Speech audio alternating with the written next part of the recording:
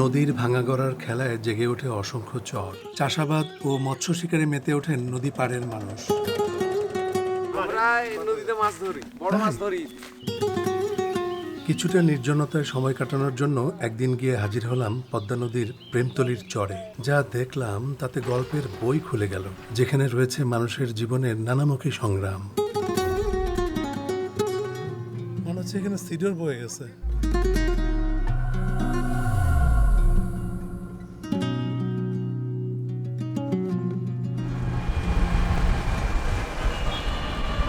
গোদাগাড়ি প্রেমতলির নদী, পদ্মা নদী যেটা আছে, পদ্মা নদীর ওপারে নতুন চর হয়েছে। সেখানে বন বিভাগ একটা বনায়ন করেছে, বনকোট তৈরি করেছে, সেইটাই দেখতে যাচ্ছি।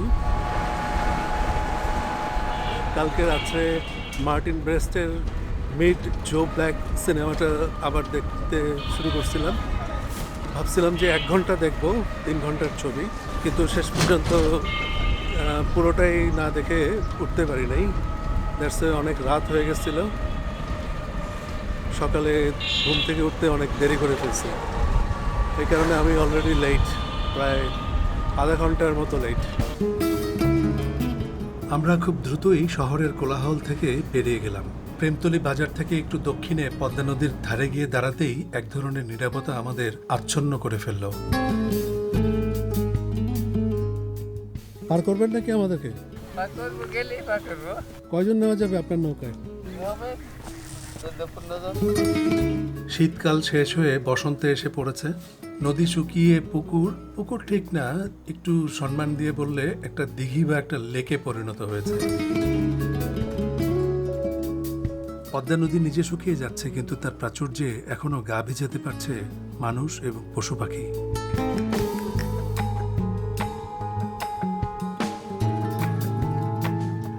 ডিঙি নৌকাটায় করে পদ্মার বুকে চড়তেই খেয়াল করলাম ধানের জমি প্রস্তুত করছেন কয়েকজন কৃষক। পদ্মা নদীর পানি গ্রিন। এই দিক দিয়ে মোটামুটি 4-5 কিলোমিটার যাওয়া যাবে। পদ্মা নদী অনেক শুকিয়ে গেছে, কিন্তু এই পাশটাতে বন্ধ হয়ে গেছে। নদী শুকিয়ে ছোট ছোট যে জলাধারগুলো তৈরি হয়, সেগুলোকে লাগুন নামেও ডাকা হয়। পানিটা কত স্বচ্ছ। নদীটা পার হলেই প্রেমতলির চর। আপনি ওই পারে যাবেন? ওই পারে আপনারা পার হবেন? আমরা পার হব। এখানে কি বাড়ি ঘর আছে? বাড়ি এই যে এখানে একটা আছে, আগে বাড়ি ঘর ছিল, ভেঙে গেল সব। কয়টা পরিবার আছে? এখানে আছে 1টা 2টা 3টা 4টা পরিবার আছে। 4-5টা পরিবার আছে। এই বন কত বড় এটা? এখানে ছিল অনেক দূর চলে গেল। বন কেটে ফেলছে, যে বড় গাছগুলো কেটে ফেললো। ভেঙে গেছে তো ওই সাইডে। তাই না? ওই সাইডে কি নদী আছে? হ্যাঁ, সামনে নদী গোটাই। সোজা গেলে পরে নদী পাবেন, বড় নদী।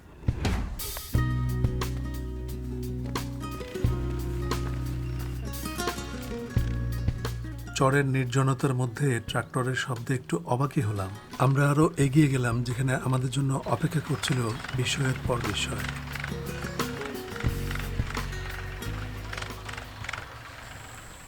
পদ্মার চরে বন বিভাগে যে সামাজিক বনায়ন গড়ে তুলেছে, এই জায়গাটা পুরোটাই বন, একটা বিশাল বন। দেখি কি কি গাছপালা আছে।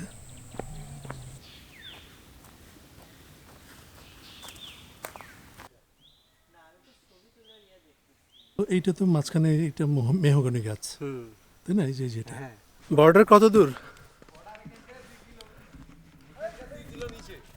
2 কিলো। আপনারা কই যান? আমরা এই নদীতে মাছ ধরি, বড় মাছ ধরি। 15 কেজি 20 কেজি ওজনের মাছ ধরি। কখন ধরবেন? মাছ ধরতে এলছিল রাতে, কিন্তু মাছ পাইনি আজ। প্রেমতলি থেকে একটু দক্ষিণে আমরা আসছি, বনের মধ্যে দিয়ে হেঁটে চলেছি। প্রচুর পাখি আছে। এইটাকে বন বলা হলে সুন্দরবনওয়ালারা রীতিমতো হাসি জুড়ে দেবে। এই গাছগুলো আকাশমণি গাছ এবং ইপিল গাছ, অনেক লম্বা হয়ে গেছে, দ্রুত বড় হয়।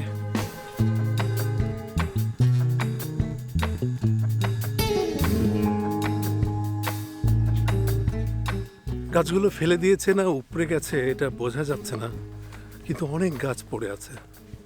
এই যে চারিদিকে অনেক গাছ, কিন্তু এই গাছটা উপড়ে আছে। এটা আবার সুন্দর করে কেটেও নিয়েছে। এত সুন্দর একটা বনে কেটে উপড়ে ফেলা গাছগুলো দেখে আমার কৌতূহল যখন বাড়ছিল, তখন আমি জানি না যে আমার জন্য আরও বিস্ময়কর পরিস্থিতি অপেক্ষা করছে পদ্মা নদীর মূল প্রবাহের পারে। প্রেমতলির চর নামে আমি এই চরটাকে চিনে থাকলেও এই চরটার আসল নাম ফরাদপুর নির্মল চর। এখানে প্রায় 160 হেক্টর জায়গা জুড়ে বন গড়ে তোলা হয়েছে। এই বনের 25 হেক্টর জমি নদীগর্ভে বিলীন হয়ে গেছে। এটা ঘটেছে গত অগাস্ট সেপ্টেম্বরে, যখন নদীর পানি ফুলে ফেঁপে উঠেছিল। প্রাকৃতিক তাণ্ডবের এই চিহ্নগুলোর মধ্যেই প্রতিদিন মৎস্যজীবীরা নদীতে নামেন মাছ ধরতে। শৌখিন মৎস্যজীবীরা ছিপ নিয়ে বসে থাকেন ঘন্টার পর ঘন্টা। মাছ কি পাওয়া যাচ্ছে? বললে তোমাকে মারবি না, কখন থেকে বসে আছেন আপনারা? কেবলই এলে মাছ খেলি 9টা 10টা। কি ধরনের মাছ পাওয়া যায় এখানে? এখানে সব রকম মাছ আছে। কত বড় সাইজের? পোয়া, হাফ কেজি, ছোট থেকে শুরু করে বড় পর্যন্ত 30 কেজি 20 কেজি কি কি মাছ পাওয়া যায়? কাতল, রুই। দেখি আমরা থাকতে থাকতে যদি কিছু পান। সারা বছরও পাবেন না। আপনাদের বাড়ি কি এখানেই নাকি? আমাদের বাড়ি শহরে। থাকতে থাকতে পাওয়া যাবে না, এখন মাছের কথা ও, বলা আপনারা যাবে না। সকালে আসছেন।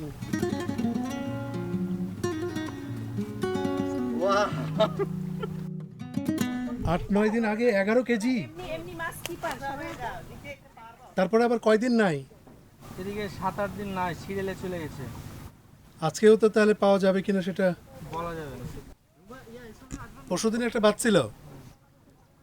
কি মাছ বাচ্ছিল? দেখতে পাইনি, তবে ধারণা রুই। মানে ছিঁড়ে চলে গেছে। দিনের পর দিন, মাসের পর মাস ধরে শত শত মানুষ আসেন খড়ির চুলার জ্বালানি সংগ্রহ করার জন্য।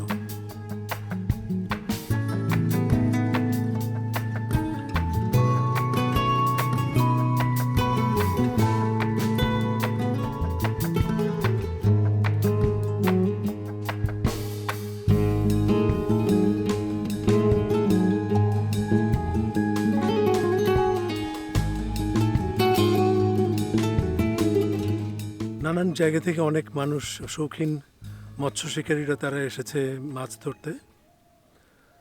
এখানকার জেলেরাও, যে পরিবারগুলো আছে তারাও মাছ ধরে, এবং রুই, কাতলা এগুলো মাছ পাওয়া যায় বড় বড় ওজনের। একজন বললেন যে 10 কেজি ওজনের কয়দিন আগে 7 দিন আগে পেয়েছিলেন, বাকি 7 দিন আর কোনো মাছ পাননি। আজকেও তিনি বসেছেন মাছ ধরতে। কিন্তু এই বনের যে সৌন্দর্য গাছ, সেই গাছগুলো দেখছি যে বেশিরভাগই কাটা। ও বাবু, তোমরা এগুলো কোথায় নিয়ে যাও? বাড়ি বাড়ি খড়ি খড়ি হবে? ওই কুইন্টালের লোকরি রান্না করা নকরি? খড়ি আপনাদের কি চলছে এটা? থানকুনি পাতা কালেকশন। ও, থানকুনি পাতা। হ্যাঁ হ্যাঁ হ্যাঁ, থানকুনি। চাচা, আপনারা কি করেন এখানে? অ্যালোভেরা। মাছ টাছ মারে মাছ আজকে মেরেছেন? না, মাছ পাচ্ছি না। কি জিনিসটা? ও থানকুনি এই কি হয়? খাবো। না না, খাওয়ার তো লাভ আছে। হ্যাঁ, কি লাভ? পেটের সমস্যা ভালো হয় আর খেতে ভালো লাগে। না, খেতে ভালো লাগে। ভাবি কি করে খাবে? ভাজি করে খাবো, ভাজি কি? পেঁয়াজ মরিচ দিয়ে। পেঁয়াজ থানকুনি পাতা ভাজি? হ্যাঁ, আমসারও কাজ করে। খুব ভালো কাজ করে। আপনারা খান নাকি এটা? ফেল হ্যাঁ, এলাকুতি ভাবি আমরাও আপনাদের খাই। ওষুধ ফেল। মানে ওষুধও দেওয়ার কাছে লাগবে না, কাছেই খাওয়া যায় তো। কাছে খাওয়া যায়। এখানে কেমন মাছ পাওয়া যায়?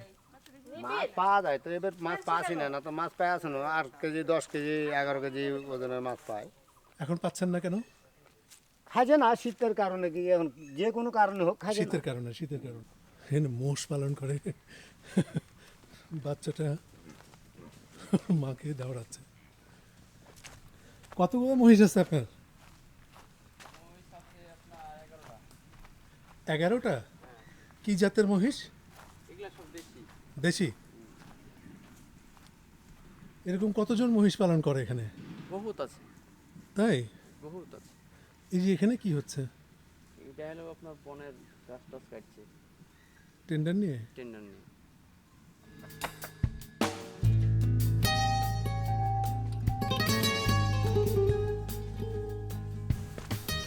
আপনারা কি খড়ি?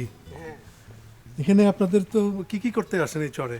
চরে খালি লোড কিলিতেই আসি, খালি লোক নিতে আসেন? পাতালিতে আসি, ধান টান ভাবা ভাবতে যাই। এই চরে ধান করছেন? চরে না, মাঠে করি আমরা। মাঠে? ধান টান কিনে এলি তো লোড কি লাগে ধান ভাবাইতে, ধান সিদ্ধ করতে। হ্যাঁ তখন পড়ে থাকা পাতা হ্যাঁ চর থেকে sure, লিয়ে sure. গেলি তো, হ্যাঁ হ্যাঁ, হ্যাঁ। ঠিক। এক ধান লিয়ে গেলে আপনার ধান ভাবা লাগবে 5 মণ। বাহ, পদ্মা নদী শুকিয়ে যাওয়া এরকম অসংখ্য লাগুন তৈরি হয়। এই লাগুনটাতে পানি শুকিয়ে গেছে। এখানে একটা কারো বাড়িও আছে।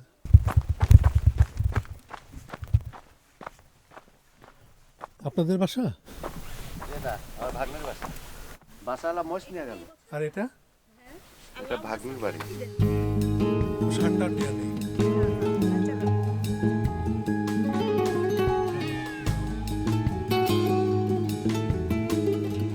চমৎকার একটা সংসার। ঘরের চালের উপর সিম লাগিয়েছেন, লাউ, চাল কুমড়া লাগিয়েছেন, একটা গোয়াল ঘরও দেখলাম।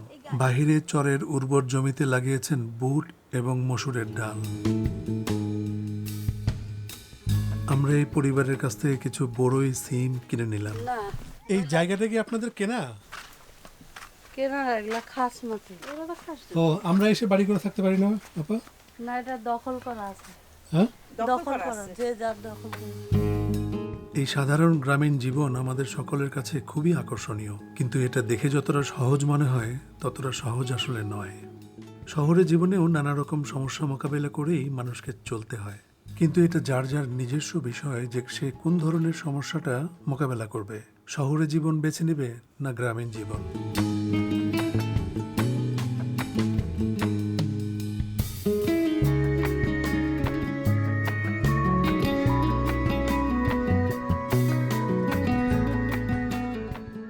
ফেরার পথে একই জায়গায় আবারও পানকৌড়ির দেখা মিলল। তবে চরে আসার সময় যে পানকৌড়িটা দেখেছিলাম, এই পানকৌড়িটা সেই পানকৌড়ি কিনা সেটা বোঝা আমার জন্য বেশ কঠিন ছিল।